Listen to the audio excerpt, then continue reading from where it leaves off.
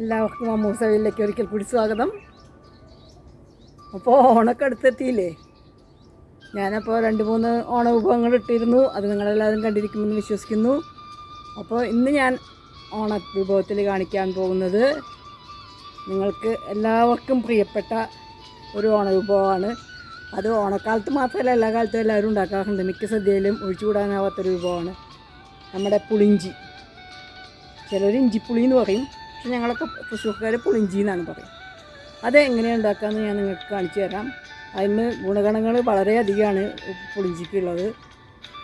അതൊക്കെ നിങ്ങൾക്ക് എല്ലാവർക്കും അറിയാവുന്നതുകൊണ്ട് ഞാൻ വിസ്തരിക്കുന്നില്ല. അപ്പോൾ ഇഞ്ചിപ്പുളി എങ്ങനെയാണ് ഉണ്ടാക്കാമെന്ന് നമുക്ക് നോക്കാം. അപ്പോൾ എല്ലാവർക്കും അമ്മൂസവയിലിൻ്റെ ഹൃദയം നിറഞ്ഞ ഓണാശംസകൾ. ഇതാ ഇവിടെ കിളികളൊക്കെ ചിലച്ചുകൊണ്ടിരിക്കുന്നു, പൂക്കളൊക്കെ ചിരിച്ചുകൊണ്ടിരിക്കുന്നു. നാട്ടിൽ നിന്ന് അകലെയാണെങ്കിലും ഓണം വളരെയധികം ഗൃഹാതുരത്തിന് തുളുമ്പുന്ന ഒരു ഓർമ്മയാണ് എല്ലാ മലയാളികൾക്കും, അല്ലേ? അപ്പോൾ ഞാൻ നിങ്ങൾക്ക് മുമ്പിലെത്തുന്നു വളരെ എളുപ്പത്തിൽ പുളിഞ്ചി എങ്ങനെ തയ്യാറാക്കാമെന്നുള്ളത്. നാട്ടിലത്തെ പോലെ കൽച്ചട്ടിയിലും മൺചട്ടിയിലും ഒന്നും ഉണ്ടാക്കാൻ പറ്റില്ല. അങ്ങനത്തെ കുറച്ച് പരിമിതികളുണ്ട്. എങ്കിലും അതിൻ്റെ കൂട്ടൊക്കെ ശരിയാണ്. നിങ്ങൾ എല്ലാവരും ഉണ്ടാക്കി നോക്കണം, അഭിപ്രായം എന്നെ അറിയിക്കണം. അപ്പോൾ എല്ലാവർക്കും ഒരിക്കൽ കൂടി ഓണാശംസകൾ. ഇതാ ഞാൻ പുളിഞ്ചി ഒരു 250 ഗ്രാമോളുണ്ട്. അതെടുത്ത് നല്ലപോലെ തിളച്ച വെള്ളത്തിലിട്ട് വെച്ചതാണ്. എന്താ വെച്ചാൽ പുളിക്ക് നല്ല വേവ് വേണം. അപ്പോൾ ആദ്യമേ തിളച്ച വെള്ളത്തിലിട്ട് കഴിഞ്ഞാൽ നമുക്ക് പീച്ചെടുക്കാനും നല്ല എളുപ്പമായിരിക്കും. അപ്പോൾ വെള്ളത്തിലിട്ട് കുതിർത്തി ഒരു 5-6 മണിക്കൂറിട്ട് കുതിർത്തിയിട്ടുണ്ട്. ഞാൻ 6 മണിക്കൂറിൽ അരിയിട്ടുണ്ടാവും. അപ്പോൾ നിങ്ങൾക്ക് സൗകര്യമുള്ള പോലെ ഇടുക. എന്നിട്ട് നല്ല പോലെ ഇതേപോലെ അതാ പിഴിഞ്ഞിങ്ങനെ എടുക്കുക, നല്ല പോലെ പിഴിഞ്ഞെടുക്കുക. എന്നിട്ട് അരിച്ചെടുക്കുക. അത് കുറച്ചും കൂടി വെള്ളത്തിലിട്ടാക്കിയാൽ നന്നായിരിക്കും. ഞാൻ എന്താ ചെയ്തെന്ന് വെച്ചാൽ ആദ്യം ഇങ്ങനെ പിഴിഞ്ഞെടുത്തു, എന്നിട്ട് പിന്നെ വീണ്ടും ഇട്ടു. പിന്നെ ഒരു കാര്യം പറയാൻ പ്രത്യേകം വിട്ടുപോയി. ഞാൻ നേരത്തെ പറഞ്ഞു, എല്ലാവർക്കും അറിയാമെന്ന്, എന്നാലും ഞാൻ വീണ്ടും ഓർമ്മിപ്പിക്കുകയാണ്. ഈ പുളിഞ്ചി എന്ന് പറഞ്ഞത് ദിവസവും തൊട്ട് കൂട്ടിയാൽ നമുക്ക് പ്രഷർ, ഷുഗർ, കൊളസ്ട്രോള്, കുടവയറെന്നുള്ള പേര് ഇതൊക്കെ ഒഴിവാക്കാം. പിന്നെ ചുമയ്ക്കും ആശ്വാസം കിട്ടും.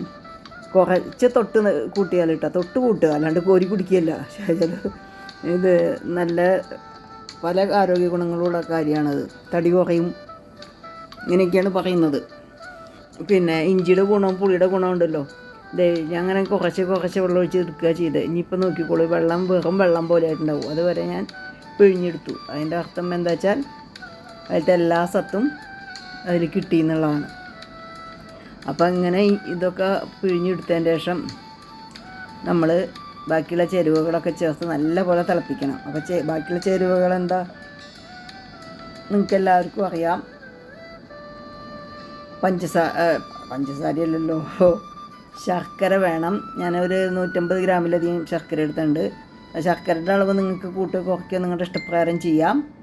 പിന്നെ ഒരു 150 ഗ്രാമോളം ഇഞ്ചിയുണ്ട്. ഇത് നിങ്ങളുടെ ഇഷ്ടപ്രകാരം കുറയ്ക്കുക ചെയ്യുക. പച്ചമുളക് ഒരു 10-15 എണ്ണം എടുത്തിട്ടുണ്ട്. ഒരു എരിവുള്ള മുളകാണ്. പിന്നെ ഞാൻ മുളക് പൊടി 1 ടീസ്പൂണാണ് ഇടുന്നത്. കുറച്ച് 1/2 ടീസ്പൂൺ മഞ്ഞൾപ്പൊടി, ആവശ്യത്തിന് ഉപ്പ്, ഇതൊക്കെ ചേർത്ത് വേവിക്കണം. അപ്പോൾ ഞാൻ പറഞ്ഞു വന്നത് എന്താ, പുളിഞ്ചിയുടെ ഗുണങ്ങൾ അല്ലേ. പുളിഞ്ചിയിൽ പിന്നെ ധാരാളം ആൻറ്റിയോക്സിഡൻസ് ഉണ്ട്. അപ്പോൾ അങ്ങനെ പല ആരോഗ്യ ഗുണങ്ങളുള്ള ഈ പുളിഞ്ചി തൊട്ടുകൂട്ടി നമുക്ക് ആരോഗ്യം നേടാം. BP കുറയ്ക്കാൻ തൊട്ടുകൂട്ടാൻ പുളിഞ്ചി. പിന്നെ വയറ്റിലുള്ള എല്ലാ അസ്വസ്ഥതകളും മാറ്റാൻ പുളിഞ്ചി നല്ലതാണ്. ദഹനക്കേട് മാറ്റാൻ.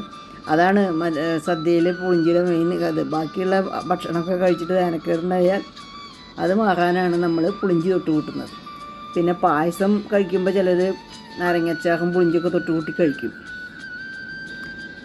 പിന്നെ വളരെയധികം ആരോഗ്യം നൽകുന്നതാണ് കേട്ടോ പുളിഞ്ചി. ശ്വാസം മുട്ടലൊക്കെ കുറയാൻ നല്ലതാണ്. പിന്നെ അപ്പോൾ ഇത് വീട്ടിലുണ്ടെങ്കിൽ, ഇത് സദ്യക്ക് മാത്രമായിട്ടൊന്നും ഉണ്ടാക്കിയേക്കണമെന്നില്ല. നമ്മൾക്ക് വീട്ടിലുണ്ടെങ്കിൽ അത് ഇത്തിരി തൈരും കൂട്ടി, മറ്റുള്ള ഭക്ഷണം കറികളൊന്നും ഇല്ലെങ്കിൽ ഇത്തിരി തൈരും കൂട്ടി കഴിക്കാവുന്നതാണ്. അപ്പോൾ നമുക്ക് പുളിഞ്ചി ഒരു ശീലമാക്കാം. സത്യം പറഞ്ഞാൽ അല്ലാണ്ട് സദ്യക്ക് മാത്രമായിട്ടൊന്നും പുളിഞ്ചി ഉണ്ടാക്കണ്ട. പുളിഞ്ചി ഉണ്ടാക്കി വെച്ചുക, അതിപ്പോൾ കുറച്ചെടുത്ത് ഉണ്ടാക്കി വെച്ചാൽ മതിയല്ലോ. അതപ്പോൾ ഒരു മാസത്തിൽ ഒരു പ്രാവശ്യമെങ്കിലും ഉണ്ടാക്കിയാൽ കുറച്ച് ദിവസം ഇരിക്കുമല്ലോ. അപ്പോൾ എല്ലാവരും ഇത് ഉണ്ടാക്കി നോക്കുക, വിവരം എന്നെ അറിയിക്കുക, പുളിഞ്ചി ഉണ്ടാക്കി കഴിക്കുക. ഈ ആരോഗ്യം ഒക്കെ ഉണ്ടായിരിക്കുക. അപ്പോൾ ഓണം സുഖമായിട്ട് ആഘോഷിക്കൂ. ഞാനിപ്പോൾ ഇഞ്ചി, പച്ചമുളക്, കറിവേപ്പില ഇതൊക്കെ പൊടിയായിട്ട് അരിഞ്ഞിട്ട്, കറിവേപ്പില പൊടിയായിട്ട് അരിഞ്ഞിട്ടില്ല. അത് അരിഞ്ഞാൽ കൂടുതൽ ഗുണമാണ്. ചിലവർ ഇഞ്ചി വറക്കും കേട്ടോ, ഞാൻ വറുത്തിട്ടില്ല. പിന്നെ ഒരു ടീസ്പൂൺ മുളക് പൊടി, കുറച്ച് മഞ്ഞൾപ്പൊടി. ഈ മുളക് പൊടി നിങ്ങളുടെ ആവശ്യാനുസരണം കുറയ്ക്കുക ചെയ്യുക കേട്ടോ. ആവശ്യത്തിനും ഉപ്പിടുക. എന്നിട്ട് ഉപ്പിടുന്നത് ഞാൻ കാണിക്കാൻ മറന്നുപോയി. എന്നിട്ട് അത് നല്ലപോലെ തിളച്ച് വരുമ്പോൾ നമ്മൾ ഒരു 150-160 ഗ്രാം ശർക്കര ഉണ്ടാവും. ഞാൻ അതിലിട്ടിട്ടുണ്ട്. ശർക്കരയുടെ അളവും നിങ്ങൾക്ക് മധുരം ഇഷ്ടമില്ലെങ്കിൽ കുറയ്ക്കാം. മധുരം ഇഷ്ടമുള്ളവരാണെങ്കിൽ ശർക്കരയുടെ അളവ് ഇത്തിരി കൂട്ടാം. പഞ്ചസാര ഉപയോഗിക്കരുത്, ശർക്കര തന്നെ ഉപയോഗിക്കണം കേട്ടോ. എന്നിട്ട് ഇത് വീണ്ടും തിളപ്പിക്കുക. അത് എത്രയും തിളയ്ക്കണമെന്ന് വെച്ചാൽ അത്രയും നല്ലതാണ്. അതാണ് ഞാൻ പറഞ്ഞത്, ആദ്യത്തിലേ നല്ലോണം വെള്ളം ഒഴിച്ച് തിളപ്പിക്കണമെന്ന്. എന്നിട്ട് നല്ല പോലെ കുറുകി വരുന്ന വരെ തിളപ്പിക്കുക. അത് വല്ലാതെ കുറുകണ വരെ നിൽക്കണ്ട. കാരണം എന്താ വെച്ചാൽ ഞാൻ ഉപ്പ് കുറവായിരുന്നു, അപ്പോൾ വീണ്ടും രുചി നോക്കിയപ്പോൾ കുറച്ചും കൂടി ഉപ്പിട്ടു. അപ്പോൾ വല്ലാതെ കുറുകണ വരെ വെക്കരുത്. കാരണം എന്താ വെച്ചാൽ ഇത് തണുക്കും തോറും ഒന്നും കൂടിയും കുറുകും. നാട്ടിൽ കൽച്ചട്ടിയിലും കലത്തിലൊക്കെ ഉണ്ടാക്കുക. അപ്പോൾ ആ ചൂടിലിരുന്ന് വീണ്ടും കുറുകും. ഇത് അതേപോലെ കട്ടിയുള്ള പാത്രമാണതുകൊണ്ട് വല്ലാതെ കുറുകും. അതുകൊണ്ട് ഞാനിതിപ്പോൾ ഓഫ് ചെയ്യും. എന്നിട്ട് പിന്നെ ഒരു പാത്രത്തിൽ കുറച്ച് വെളിച്ചെണ്ണ ഒഴിക്കുക. ഇത് ഇത്രയ്ക്ക് വെളിച്ചെണ്ണ വേണ്ട കേട്ടോ. ഇത് ഞാൻ കാളനിക്കും കൂടിയുള്ള വെളിച്ചെണ്ണ ഉണ്ടാക്കിയേക്കുന്നതാണ്. അപ്പോൾ ഒരു ടീസ്പൂൺ വെളിച്ചെണ്ണ, 1.5 ടീസ്പൂൺ വെളിച്ചെണ്ണ ഒഴിക്കുക. അതിലാവശ്യത്തിന് കടുക്, കറിവേപ്പില, ഉലുവ, മുളക് പൊട്ടിച്ചത്, നീളമുളക് പൊട്ടിച്ചത്, ഇതെല്ലാം കൂടിയിട്ട് അതിലേക്ക് വറുത്തിടുക. ചിലവർ ഉലുവപ്പൊടി ചേർക്കും. ഞാൻ ഉലുവ ചേർക്കണ കാരണം പിന്നെ ഉലുവപ്പൊടി വീണ്ടും ചേർത്തില്ല. ഉലുവപ്പൊടി ഇട്ടാലും മതി കേട്ടോ, അത് പ്രത്യേക ടേസ്റ്റാണ്. പിന്നെ ഞാൻ ഇടയ്ക്ക് ഒരു കാര്യം ചെയ്യാറുണ്ട്. എള്ളും അരിയും കൂടി വറുത്ത് പൊടിച്ച് ഇതിലിടും. വെറുതെ വറുത്ത് പൊടിച്ചിട്ട് തരിതരയിട്ട് വറുത്ത് പൊടിച്ചിട്ട് ഇടും. അങ്ങനെ വേറെ രീതിയിലും ഇത് ഉണ്ടാക്കുക. അതിന് പ്രത്യേക ടേസ്റ്റാണ്. അപ്പോൾ എല്ലാവരും ഉണ്ടാക്കി നോക്കുക. എല്ലാവർക്കും ഓണാശംസകൾ. എല്ലാവരും ആരോഗ്യത്തോടുകൂടി ഇരിക്കുക. അപ്പോൾ നമുക്ക് ഓണം കാര്യമായിട്ട് ആഘോഷിക്കാം. എന്താ വെച്ചാൽ ഈ കോവിഡ് കാലത്ത് നിങ്ങൾ ആ മാനദണ്ഡങ്ങളനുസരിച്ച് വേണം ഓണം ആഘോഷിക്കാൻ. അപ്പോൾ എല്ലാവർക്കും ഓണാശംസകൾ നേർന്നുകൊണ്ട് വീണ്ടും കാണുന്നത് വരേക്കും സ്നേഹം വിട പറയുന്നു. നിങ്ങളുടെ അമ്മു തീയങ്കോങ്ങാട്ട്. അപ്പോൾ വീണ്ടും കാണാം കേട്ടോ. ഇതിഷ്ടപ്പെട്ടാൽ ലൈക്ക് ചെയ്യുക, ഷെയർ ചെയ്യുക, കമൻറ്റ് ചെയ്യുക, ഒന്നും മറക്കണ്ട. അപ്പോൾ വീണ്ടും കാണാം. അതുവരേക്കും എല്ലാവർക്കും ആരോഗ്യം ഉണ്ടായിരിക്കട്ടെ എന്ന് ആശംസിക്കുന്നു. ഓണാശംസകൾ വീണ്ടും.